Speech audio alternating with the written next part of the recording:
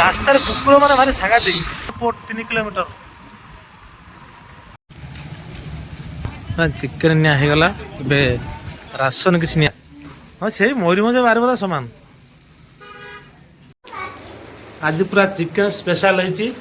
ମିକୁ କଲେଜରୁ ଆସିଲା। ସାଙ୍ଗମାନେ ବର୍ତ୍ତମାନ ଯାଉଛୁ ବର୍ଷା ପାଗରେ ମାର୍କେଟ ଯାଉଛୁ କିଛି ମାଛ କି ଚିକେନ ଆଣିବା ପାଇଁ।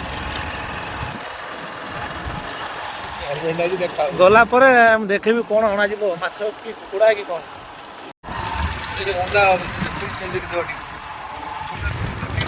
ଯାଉଛୁ ବର୍ତ୍ତମାନ ବର୍ଷା ପାଗରେ ଗାଁକୁ ଯାଉଛୁ, ଗାଁ ଭିତରକୁ। ବର୍ଷା ପାଗରେ ଗାଁ ଭିତର ସିନ୍ ଟା କୋଉଭଳି, ପିଲାମାନେ ସବୁ ସ୍କୁଲ ଯାଉଛନ୍ତି।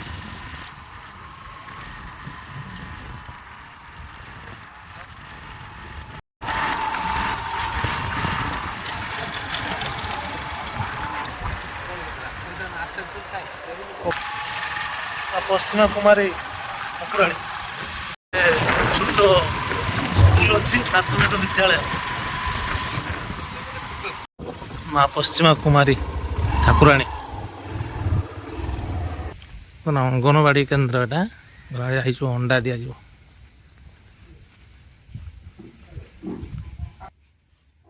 ଏ କେତେ ମାସର ଅଣ୍ଡା ମିଳିବ?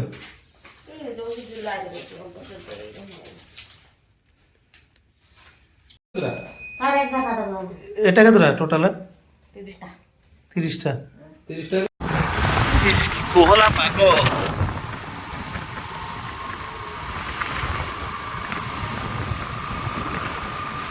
হালকা হালকা ବର୍ଷା ହଉଛି ଟିକେ ଟିକେ। ଗାଡି ଚଲେଇବା ପାଇଁ ମଜା ଲାଗୁଛି, ଖରା ନାହିଁ।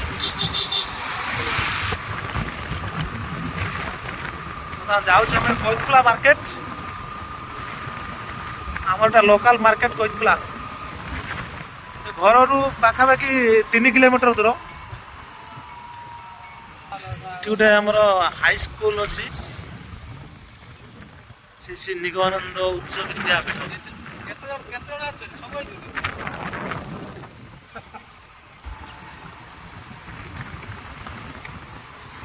ସ୍କୁଲ ଟାଇମ୍ ସବୁ ଯାଉଛୁ ସ୍କୁଲକୁ ପିଲାମାନେ। ଷଣ୍ଢ ପଶିକି ଖାଇଯାଉଛି।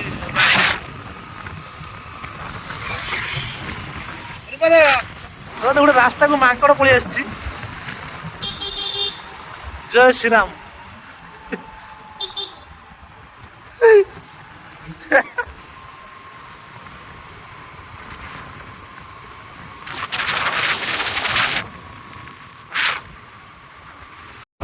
ମୁଁ କହିଥିଲା ଯିବା ବାଟରେ ଗୋଟେ ଶିବ ମନ୍ଦିର ଅଛି ଏଠି, ସ୍ୱପ୍ନେଶ୍ୱର ଶିବ ମନ୍ଦିର। ବହୁତ ଲୋକ ଆସନ୍ତି ଏଠି ଶିବରାତ୍ରିରେ।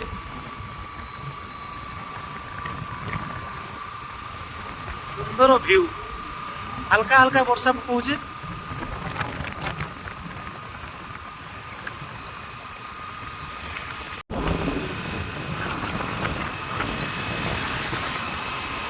ଆଉ ରହିଲା 1 କିଲୋମିଟର। 1 କିଲୋମିଟର କଇତକୁଲା ମାର୍କେଟ ଆସିବ।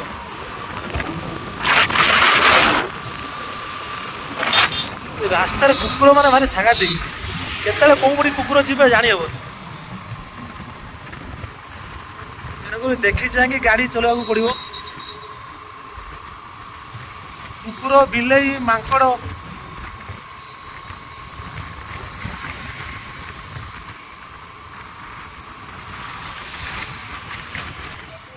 କଇତକୁଲା ମାର୍କେଟ ଆସିଗଲା। ଆମ ଏଠି ଲୋକାଲ ମାର୍କେଟ, ବଡ ମାର୍କେଟ କଇତକୁଲା। ଏଠି ଧାମରା ପୋର୍ଟ କୁ ଆଉ ରହିଛି 3 କିଲୋମିଟର ପାଖାପାଖି। Adani port 3 kilometre.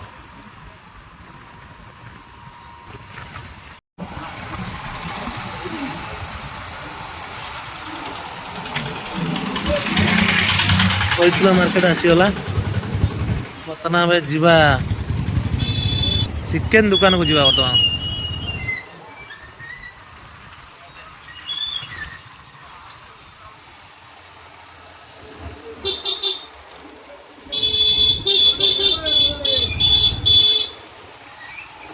ବର୍ଷା ପାଗରେ ପୁରା ରାସ୍ତା ପୁରା କାଦୁ ହେଇଯାଇଛି।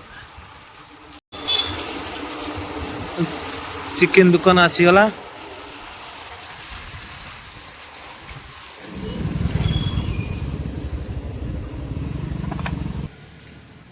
କୁଆଡ଼େ ଗଲ? ଅଛି ମାଲ ପାଣି ଦୋକାନରେ ଅଛି। ବେପାର ଆଜି ମାନ୍ଦା ନା କଣ? ବର୍ଷା ପାଗ ତ ଅଧିକା ଲୋକ ହବା କଥା। ଶ୍ରାବଣ ମାସ ମାନ୍ଦା ହବ ଆଉ। ହଉ ଆମେ ନମୁ କୁକୁଡ଼ା। ମୟୂରଭଞ୍ଜିଆ କୁକୁଡ଼ା ଅଛି? ମୟୂରଭଞ୍ଜିଆ ବାରିପଦିଆ? ହଁ ସେଇ ମୟୂରଭଞ୍ଜ ବାରିପଦା ସମାନ। ହଉ ଦିଅ ନବା ଆଉ। ଚିକେନ ନିଆ ହେଇଗଲା। ଏବେ ରାସନ କିଛି ନିଆଯିବ। ରାସନ ଦୋକାନକୁ ଯିବା। ଟିକେ ରାକ୍ଷୀ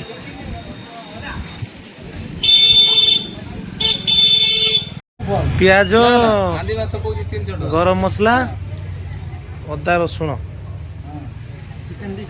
ଚିକେନ ଦିଟା, ବ୍ଲାକ୍ ପେପର ଯାହା ଯାହା ଅଛି ସବୁ ଦେଇଦିଅ। ଗୋଟେ ଗୋଟେ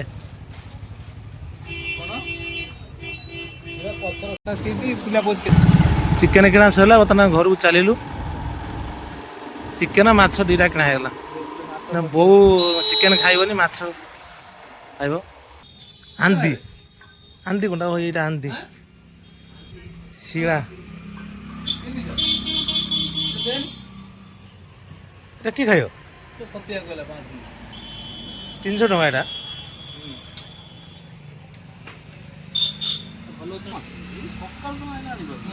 ନା ଏ ମାଛ ନରି ମରିଲାଣି ପୁରା।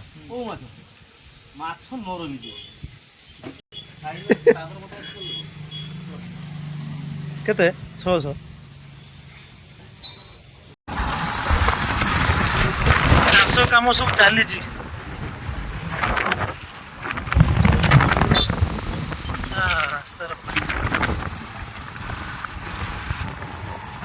ପୁରା ମ୍ୟାରିନେଟ୍ ହେଇକି ଅଛି।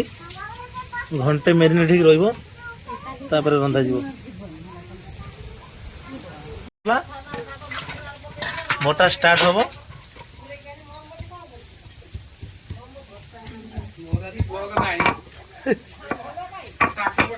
ଶିଳରେ ବାଟିକି ତରକାରୀ ରାନ୍ଧିଲେ ତରକାରୀଟା ଭଲ ଟେଷ୍ଟ ଆସେ। ରେଡି ହେଇଗଲାଣି। ଏଠି ମସଲା ସବୁ ରେଡି କରାହଉଛି। ମସଲା ହେଇ ଆସିଲାଣି। ଯାପରେ ଟମାଟୋ ପକା ହବ ନା? ଆଳୁ ଛଡ଼ା ହଉଛି। ଆଳୁ କଟା ହେଇସାରିବ, ସେଠି ଟମାଟୋ ପକା ହବ। ଏ ମାଛ କି ବୋଉର? ମୁଁ ତ ସବୁବେଳେ ରୋଷେଇଆ ଆଉ। ଚିକେନ ହେଲେ ମୁଁ ରୋଷେଇ କରେ। ଚିକେନ ହେଲେ ମୁଁ ରୋଷେଇ କରେ ସବୁବେଳେ। ଚିକେନ ହେଲେ ସବୁବେଳେ ମୁଁ ରୋଷେଇ କରେ। ଏମାନେ ସବୁ କରିପାରନ୍ତି ରୋଷେଇ, ହେଲେ ହେଲ୍ପର ବାଟିକି ସବୁ। ମସଲା ହେଇଗଲାଣି। ଚିକେନ ପୁରା କଷା ହେଇଗଲା।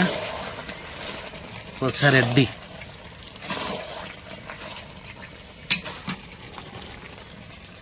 ତ ଦେଖନ୍ତୁ ଆଜି ହେଇଛି ଚିକେନ। ଛୁଆ ବା ଖାଉଛନ୍ତି। କେମିତି ଲାଗୁଛି? Friday special.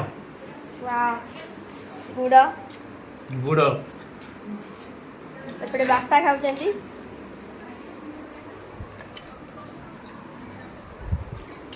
ବାପା ଟିକେ କାଢିକି ଦେଖେଇଲ।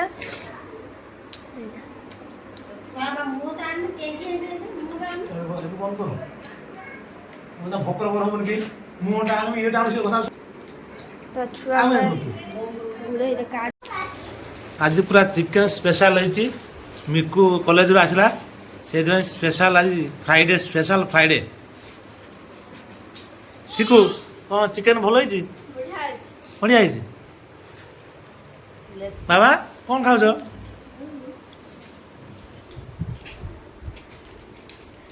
କରାଟ ଅଛି କରାଟ।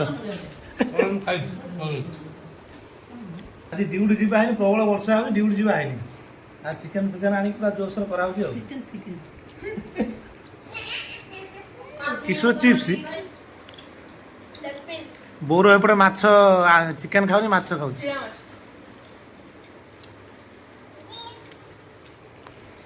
ଯଦି ଭିଡ଼ିଓଟି ଭଲ ଲାଗେ ତାହେଲେ ଲାଇକ୍, କମେଣ୍ଟ, ସବସ୍କ୍ରାଇବ କରିବେ।